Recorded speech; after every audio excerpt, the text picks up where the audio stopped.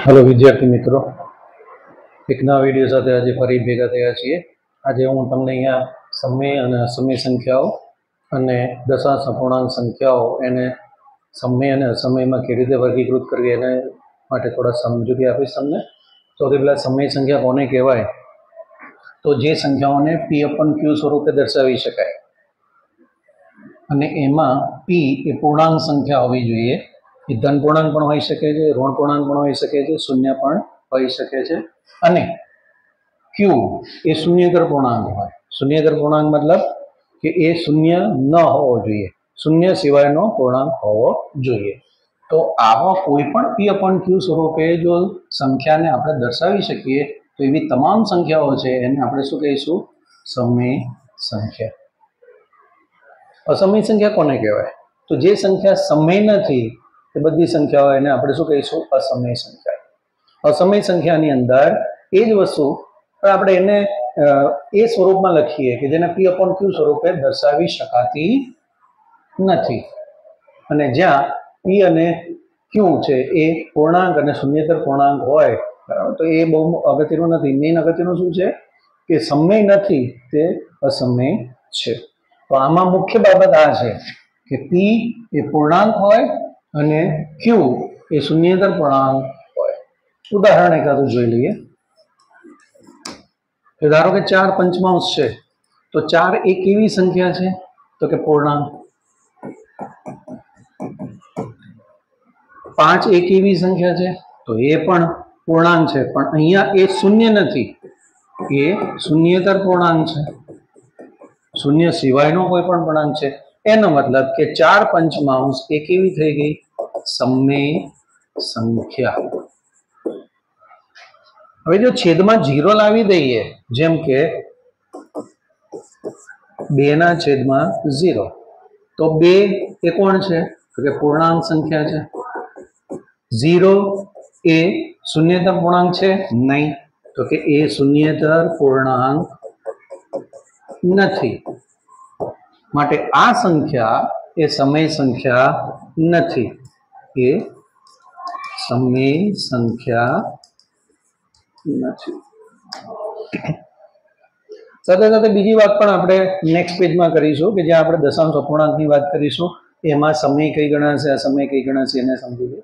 હવે અસમય સંખ્યા કઈ? તો જે સંખ્યાઓ આપણને આપી હોય અને એ સંખ્યાઓ એને પી અપોન ક્યુ સ્વરૂપે આપણે દર્શાવી શકતા નથી। એક ઉદાહરણ લઈ લઈએ, એક્ઝામ્પલ, વર્ગમૂળ 2। તો વર્ગમૂળ 2 છે એનું સાદરૂપ આપણે જઈશું તો એનું સાદરૂપ આપણે પી અપોન ક્યુ સ્વરૂપે લખાઈ શકતા નથી।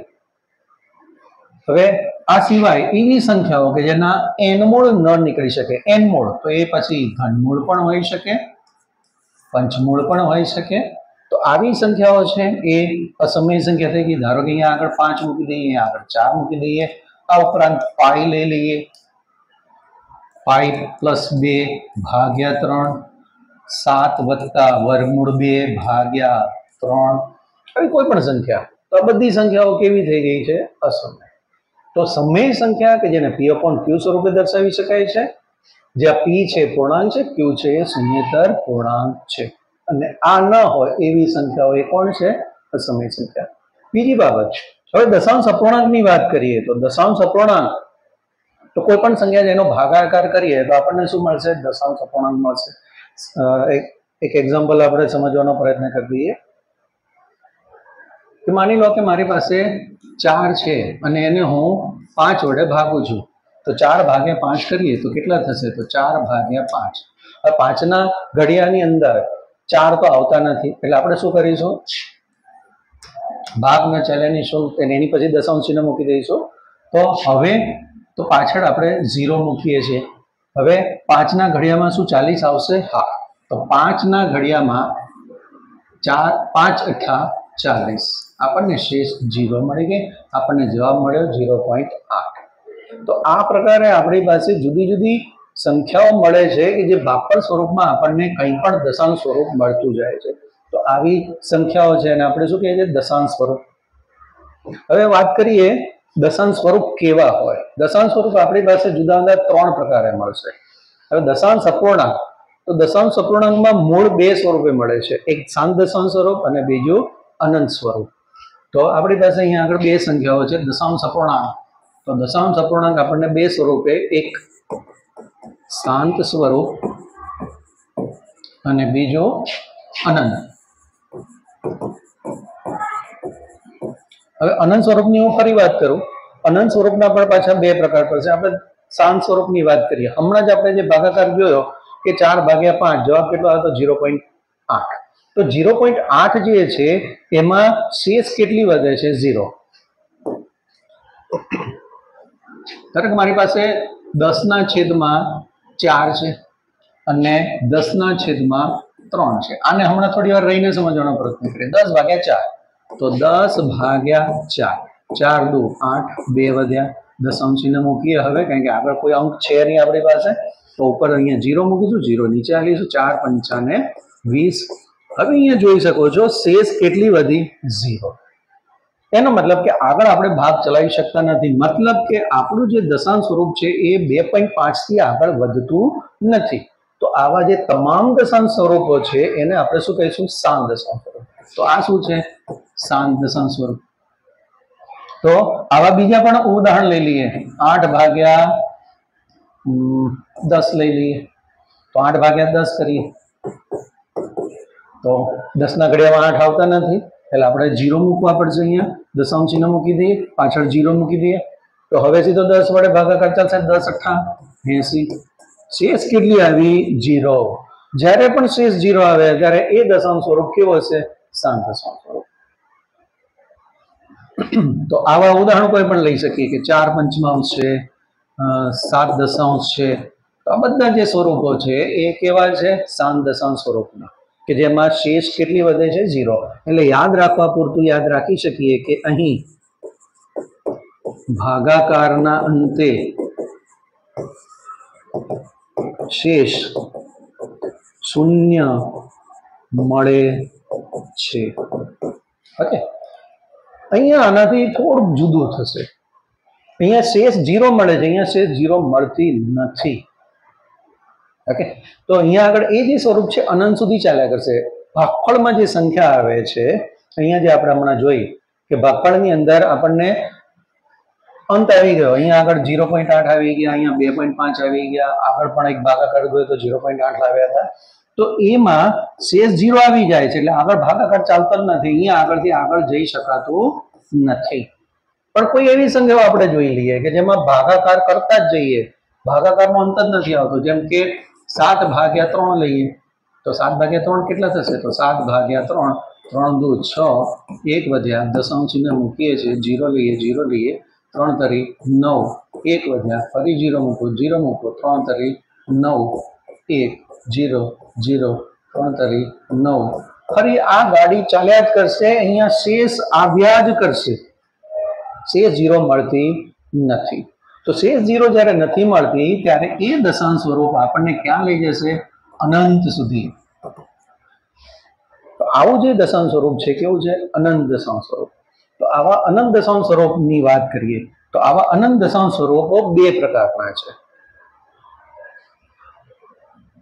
એક અનંત આવૃત અને બીજો અનંત અનાવૃત. તો જેનું દશાંશ સ્વરૂપ અનંત સ્વરૂપ છે અને એ આવૃત છે, અને જેનું દશાંશ સ્વરૂપ અનંત છે પણ અનાવૃત છે, તો એ બંને સંખ્યાઓને આપણે ભાગ પાડીએ. તો જેમ અહીંયા આગળ શાંત દશાંશ સ્વરૂપ આવતું હતું, આ સંખ્યાઓ એ કેવી સંખ્યાઓ છે? સમમેય સંખ્યા.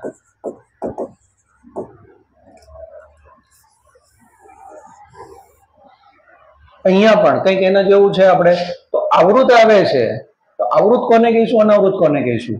તો એને સમજવા માટે ભાગાકાર જોઈ લઈએ. તો આ એક ભાગાકાર આપણે જોયો કે જેની અંદર 3 3 3 3 રિપીટ થયા કરે છે. માની લઈએ કે મારી પાસે 5/7 છે, તો 7 એકા 7 ભાગ ચાલતો નથી. દશાંશ ચિહ્ન લઈ આવીએ, 0 મૂકીએ, 7 7 49, 1 વધ્યા, 0 મૂક્યા, 0 લાવ્યા, 7 એકા 7, 3 0 0, 7 ચોક 28, 2 વધ્યા, 0 0, 7 દુ 14, 6 વધ્યા, 0 0, 7 અઠ્ઠા 56, 4 વધ્યા 0 0, 7 પંચા 35, 5 વધ્યા. હવે એક વસ્તુ આપણે જોઈ શકીએ છીએ, નોટિફાઈ કરીએ કે અહીંયા 5 હતા, અહીંયા પણ 5 આવ્યા. મતલબ હવે જે ભાગાકાર ઉપર ભાગફળ આપણને મળતું જશે આ જ સંખ્યા રિપીટ થશે.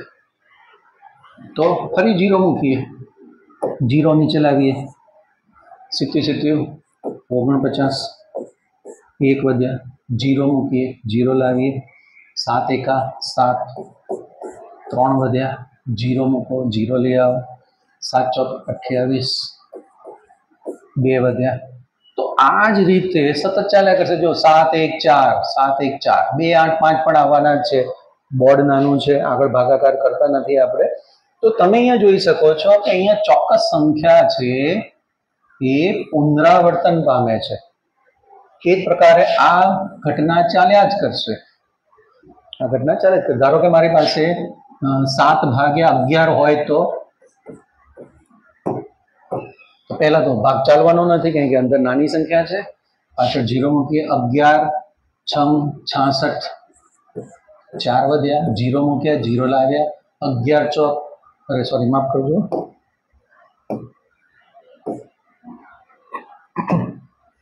11 ધરી 33, 7 વધ્યા, 0 0, 11 6 66, 4 વધ્યા, ઉપર 0 0 લાવીએ, 11 કરી 33. તમે જોઈ શકો છો શેષ છે એ સતત એક સમાન વધ્યા કરે છે અને અહીંયા આગળ અંકો રિપીટ થાય છે. જ્યારે અંકો પુનરાવર્તન પામતા હોય તો આવું જે દશાંશ સ્વરૂપ આવે એને આપણે શું કહીએ છીએ? આવૃત. પણ એ પણ ક્યાં સુધી જાય છે? અનંત સુધી. માટે આવા દશાંશ સ્વરૂપને આપણે શું કહીએ છીએ? અનંત આવૃત. તો જે દશાંશ સ્વરૂપ છે તો એ દશાંશ સ્વરૂપ અનંત આવૃત હોય તો આવી જે સંખ્યાઓ છે એને આપણે કઈ સંખ્યાઓ તરીકે લઈએ છીએ? સમય સંખ્યા. કેમ આવું થયું? શા માટે એને સમય સંખ્યા કીધી? કારણ કે અહીંયા આપણે જે બે સંખ્યાઓ લીધી છે એ બંને સંખ્યાઓ કેવી છે? તો કે એને આપણે P/Q સ્વરૂપે દર્શાવી શકીએ છીએ. અહીંયા આગળ કેટલા છે? 7/11. આ પણ કેવું છે? P/Q સ્વરૂપ. P/Q સ્વરૂપ. માટે આ બંનેના દશાંશ સ્વરૂપો પણ કે અનંત આવૃત છે અને માટે એને આપણે કઈ સંખ્યા કહીએ છીએ? સમય સંખ્યા. તો આની ઉપરથી બે બાબતો આપણે એક શીખ્યા કે જેનું દશાંશ સ્વરૂપ શાંત હોય અને જેનું દશાંશ સ્વરૂપ અનંત આવૃત હોય એ સંખ્યાઓ કઈ છે? સમય સંખ્યાઓ છે. આનો મતલબ એવો થયો કે હવે આ જે સંખ્યા વધી છે અનંત અનાવૃત, કે જ્યાં આગળ દશાંશ સ્વરૂપમાં દશાંશ પછીની સંખ્યાઓ જે પુનરાવર્તન પામતી નથી, તો એવી તમામ સંખ્યાઓ છે જેને આપણે અસમય સંખ્યાઓ કહીશું. એક બે ઉદાહરણ એના જોઈ લઈએ. ભાગાકાર એમાં નથી કરવાનો હતો.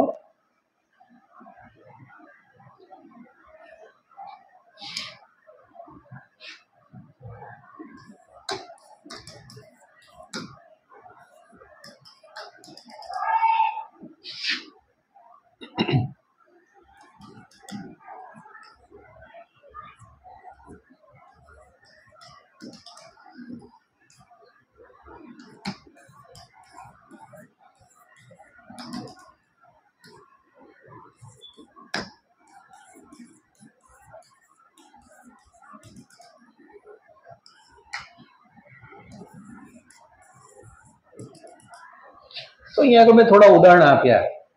તો અહીંયા આગળ આશરે કોઈ પણ સંખ્યાઓ લખેલી છે પણ એમાંથી સંખ્યાઓનો સમૂહ પુનરાવર્તન પામતો નથી અથવા તો કોઈ એક સંખ્યા સતત રિપીટ નથી થતી.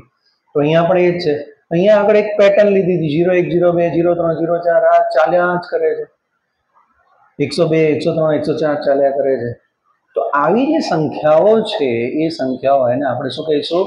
અનંત અનાવૃત સંખ્યા. અને જે સંખ્યાઓ અનંત અનાવૃત છે એ સંખ્યાઓ કઈ છે? અસમય સંખ્યા. તો આ જે સંખ્યા છે અનંત અનાવૃત, તો એ સંખ્યાઓ અસમય સંખ્યાઓ છે. તો અહીંયા આગળ હું આશા રાખું છું કે તમને સમય અસમય અને એમાં પણ દશાંશ અપૂર્ણાંક સંખ્યાઓ એ કઈ સંખ્યાને કઈ કહેવાય, તો આપણી પાસે બે ઓપ્શન છે, એક શાંત સ્વરૂપ છે અને એક અનંત અવરોધ છે. આ બંને સંખ્યાઓ કેવી છે? સમય સંખ્યા. અને જેનું દશાંશ સ્વરૂપ અનંત અનાવૃત છે એ સંખ્યા કઈ છે? સમય સંખ્યા. આશા રાખું છું કે વિડીયોમાં તમને સમજ પડી હશે. નવા વિડીયો સાથે ફરી ભેગા થઈશું. Thank you.